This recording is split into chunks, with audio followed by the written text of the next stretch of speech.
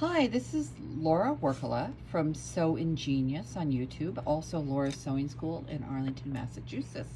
I just thought I'd show you some of my process. I've made a couple videos before this about cutting this particular quilt, and I wanted to show you this. This is the quilt that I'm working on. It's called Citrus Starburst.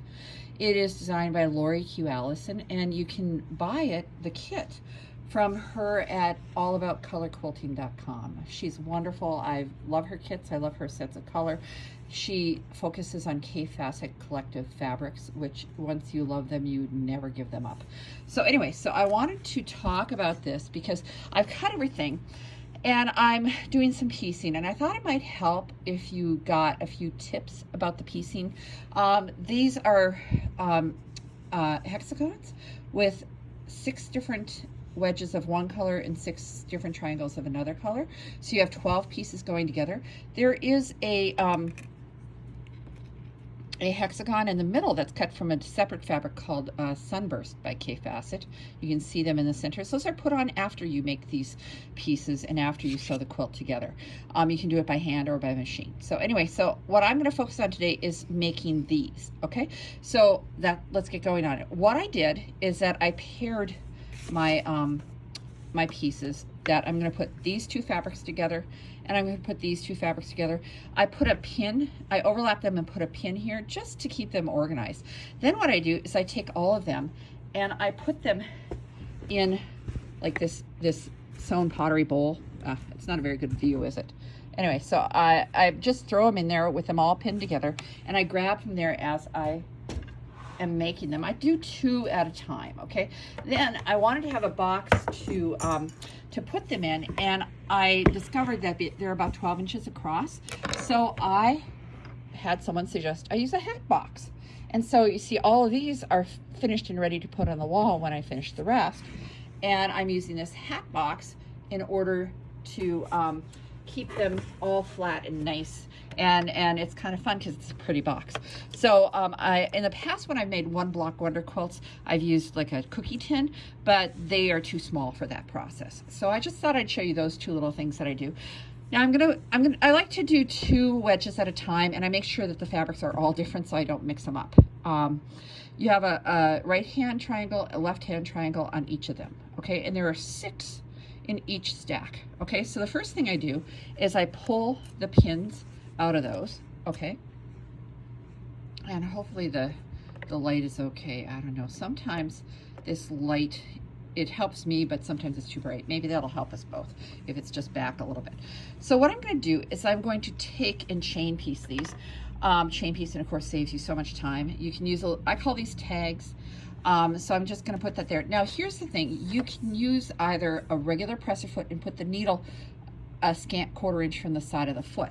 So what I did is that I found that to do a scant 1/4 inch from here to the side of the foot here, that I put the needle position at 5.5. It's really good if you have a sewing machine to do that.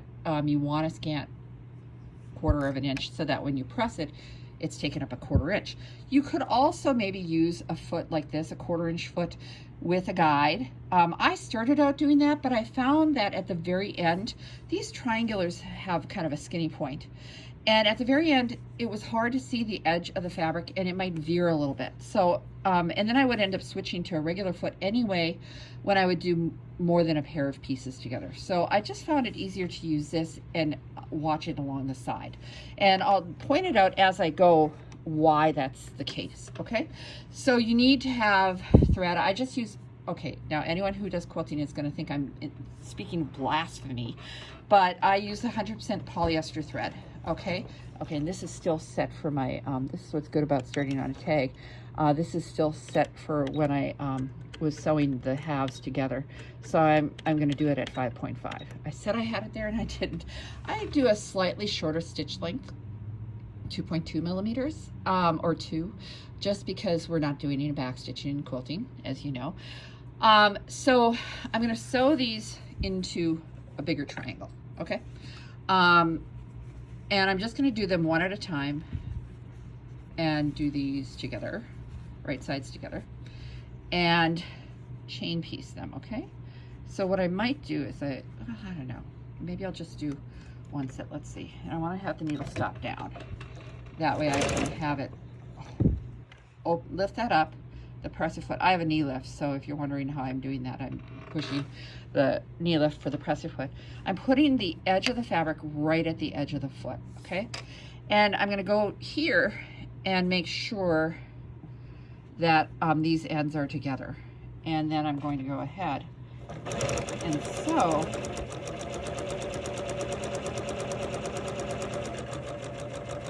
Now, one thing I find, okay, this is wobbly because it's so skinny, okay? So you have to make sure that this doesn't veer. It usually veers this way. You want to make sure you keep that 1/4 of an inch seam allowance going all the way to the end, okay? So sometimes I can't hold it in front, so I take my hand and I make sure it's going straight back so that that goes like that, okay? So I'm just going to grab another one.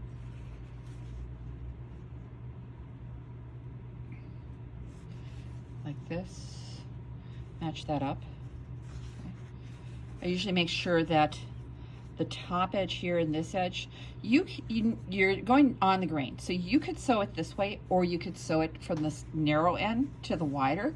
If you find that that gives you better control, then go ahead and do it that way. I just try and be consistent whichever way I do it. Okay, so I could do it this way from the narrow, and maybe you won't have it veer as much. Maybe you'll keep better control of it if you do it that way, you know. So let's just do this one like that.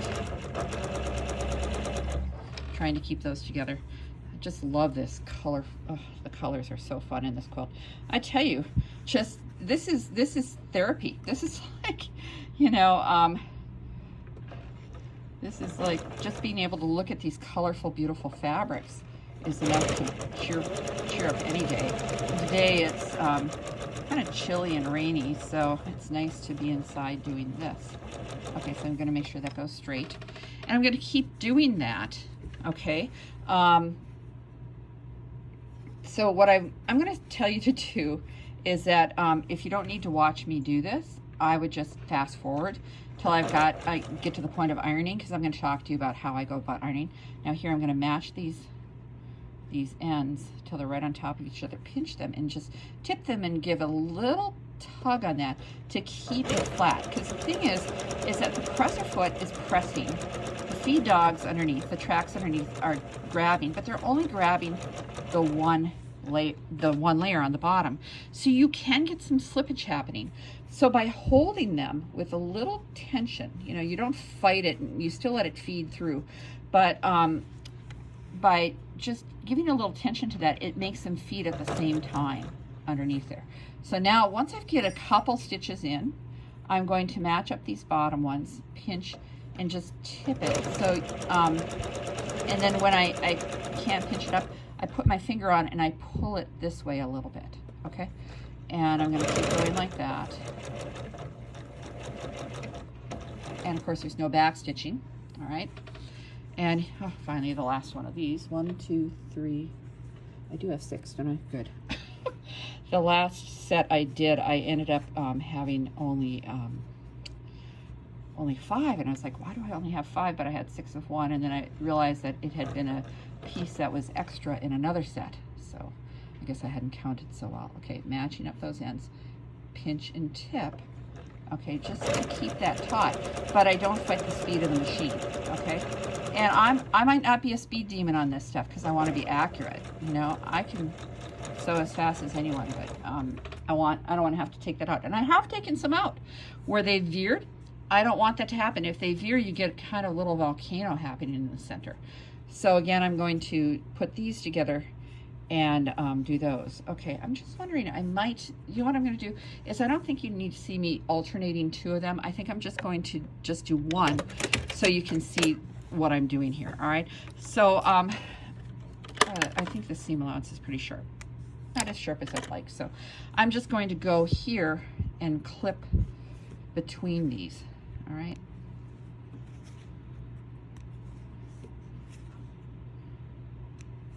and then clip away the tag. I call them tags, I don't know, starters, spacers, I don't know what everyone calls them. But they're just like little scraps of fabric, as you know, so that way we can sew from edge to edge without the edges bunching up or being able to do what we need to there. Okay, so now what I'm going to do is I'm going to take and pull this ironing mat over, and I have an iron. Now here's the thing. I don't know if I can, I'll pull it over a little bit more so you can see it. That's one of those wool ironing mats. I like to try everything. Okay, so here we're going to iron that seam as it was sewn, just to set the stitches. Okay. Now this iron is actually really good for this. I have different irons that I've used for different purposes, and it's really helpful to have a small iron for this, all right? And to tell the truth, now this one, okay, I'm not too happy about that. Do you see how that's uneven? You can even see the colors. I'm going to take that off. So what I'm going to do, I'll go up to where the edges are even, and I'm just going to take and break every 4th stitch.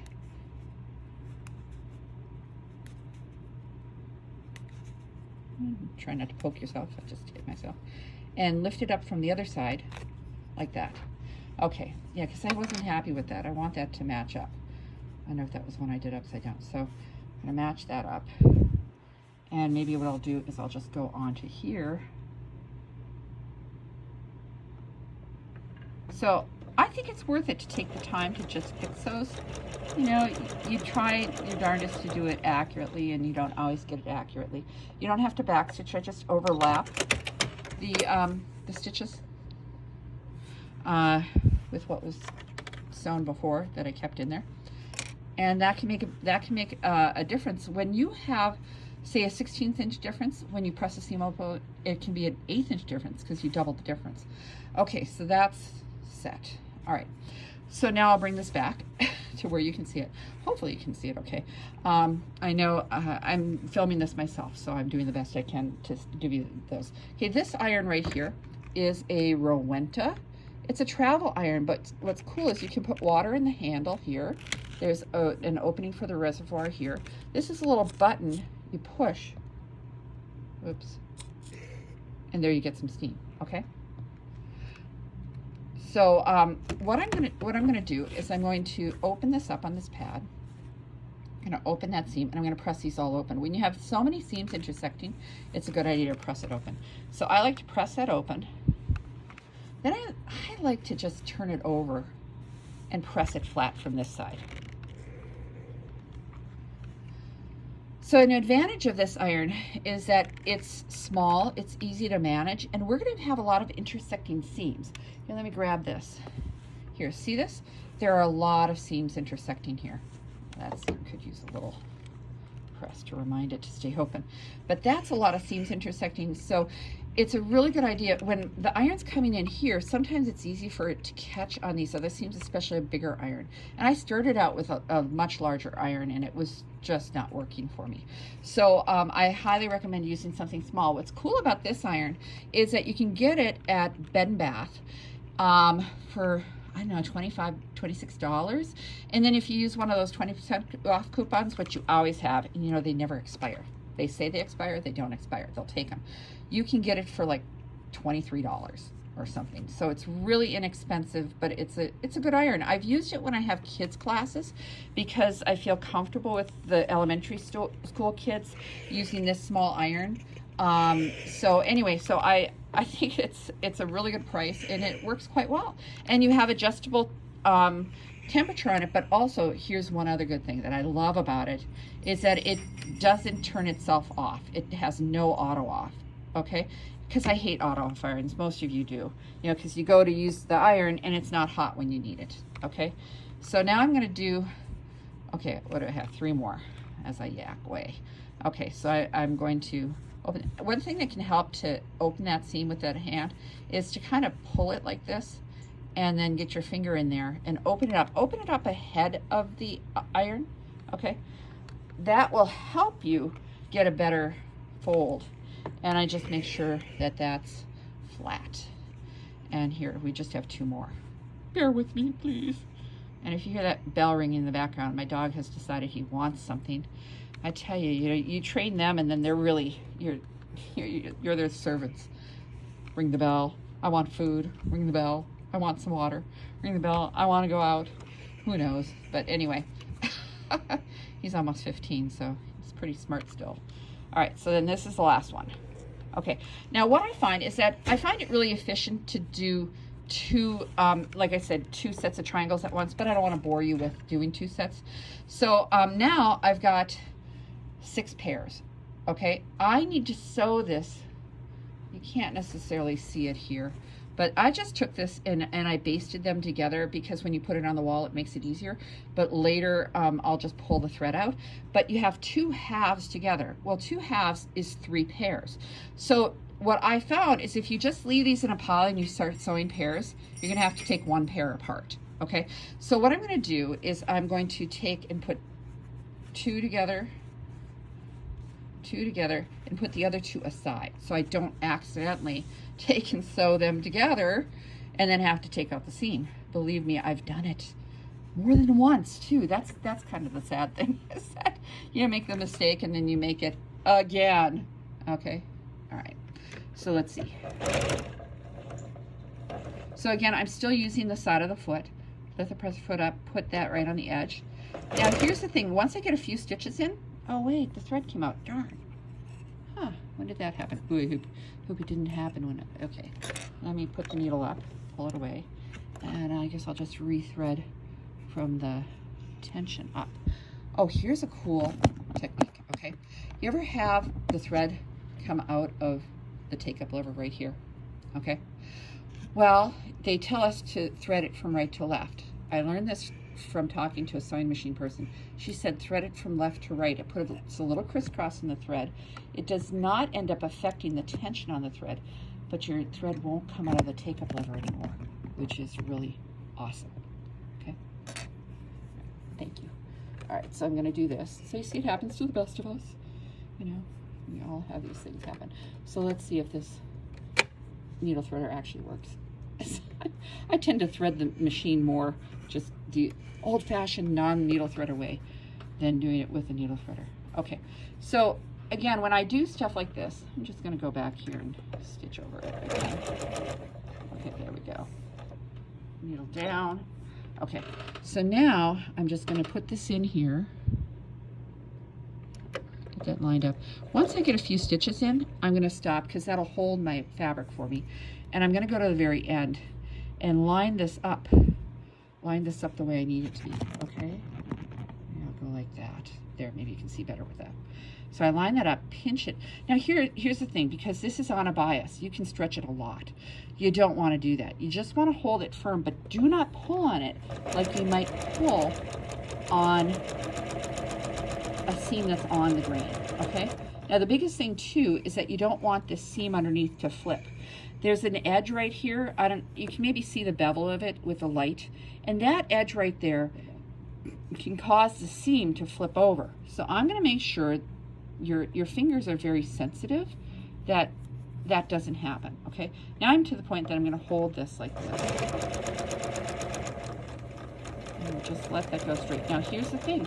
I find it's very easy for that point to veer, and you can, or veer that way, and you can end up having it be a narrower seam at the bottom, and then you get a little volcano in the middle of your hexagon, which is not what you want. Okay, so I set up the upper part, the upper corner inside there, and once I get a few stitches in, I'm going to go down here and line this up here, and I can pull on this seam right here like a little handle to, you know, or use my fingernails to scratch that over to get that so that it's right, the edges are right on top of each other, okay? But again, don't pull too hard because it is bias. But because it's bias, sometimes you may want to take something and just hold it as it goes in. Now, oh, one thing I wanted to point out, okay? When I was doing this with the 1/4 inch foot, I was getting a lot of trouble with it getting volcanoes in the middle, because if you can see here, okay, right here, this corner of this seam allowance sticks out, okay? So if you push this into the guide on a 1/4 inch foot, it pushes it this way and you get a smaller seam allowance. So I found it better to use the regular press your foot, okay, right here, and use that in the side of the foot because it won't push it over, okay? So that's really important because it's going to make a difference in how well these fit together. I know precision, but I do love that about quilting. I love the precision. Okay, so let's pull this over again. So we're going to press. You're going to be pressing a lot, so that's why it's nice to have some type of pad, just a table next to you. You can use even a TV tray, you know, and those work really well for you know, set a wool mat like this on it or some other ironing mat. You can even make your own ironing mat, you know, with some padding and some cotton. And then of course I like to flip it over and just set it from this side, maybe just a little tiny burst of steam. And the intersection looks really good down there, doesn't it? I love it. So now I'm going to do the second one here. Set the seam by pressing it as is. Then open that up. I pull it away. I don't want any foldovers on the other side. Open that up. Now I'm going to press with my finger ahead. I'm pressing it firmly against the mat underneath so that that seam allowance opens right at the seam line. And then look at that. That's a really good intersection. Okay. There goes Percy. I have a feeling he wants a chew stick or maybe a treat or something like that. Okay, anticipating what my dog wants. Okay, so now I'm going to match up these upper corners. Sometimes, okay, now here, this right here, they don't necessarily match up. But there's a little part you cut against the template, and maybe I don't always cut that perfectly. I mean, there were, you know, when you think there are 50 of these, and you have to cut 12 per 50, what is that? That's like, oh God, I don't want to think, 600 pieces or whatever. You're cutting a heck of a lot of triangles. So, you know, you try and do the best you can and make up for it later. Okay, so I'm going to match up those outer edges. And oops, I need a little tag. Sometimes that thread on my cutter gets stuck underneath and then it doesn't want to let you put a piece of fabric in there. Let's do this. Okay, come on. There, now it's focused on there. Sorry about the blur. Okay, there we go. Now I can lift this up, put this in here, get that started. Now I can go over here and go like this and pull just a little bit till they're the same length. And keep those edges even. Okay. Make sure you can feel it. Just trust your fingers. You can feel it when one of the seam allowances turns. And you can check, okay? And it's a good thing. Now, watch this. As I get down here, see this part that's sticking out right here? It's sticking out right there where you see that thread. That's why I don't use the guide foot when I'm doing these secondary seams. After I get the first two pair together, I would get rid of the guide foot because it's just going to cause you having volcano wet hexagons. See, now these, the corners actually meet better. It's so funny. And I tell you, I try and be very precise with my cutting. But, you know, like I said, when you cut 600 or something, you can't always be as consistent as you might like. See, you can always see the back of your fingernail tip. Now I can feel this flipping. Yeah, it's flipping underneath here. So I'm going to put it back down so it's not flipping over. And maybe I'll reach underneath there to pull that edge over. There. Now those edges are even. Okay, now again, I don't know if you can see it now. This is sticking out right here. So that's why I don't want to use the guide foot, because the guide foot would push that over and I'd get a skinny seam allowance. And I don't want that. Okay? So now I've got that, and I'll cut these apart and cut off the tag. All right.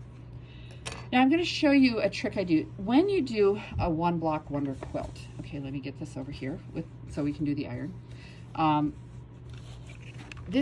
think this is very similar to a one block wonder because, I mean, you have twice as many pieces and all that stuff, and you don't have to match up the pattern through the whole thing. But still, it's a hexagon. Don't iron your fingers, okay? I have a quick response time. Okay, so hopefully I don't get any lasting problems with that. Sorry about my hand being in the way. But then see, this looking really pretty. I'll show you in just a moment. See, look at that. Doesn't that look nice? Oops. Here, let me pull that back. There we go. See, that looks really pretty. Okay, now I'm going to do this last one. Iron that, open this up.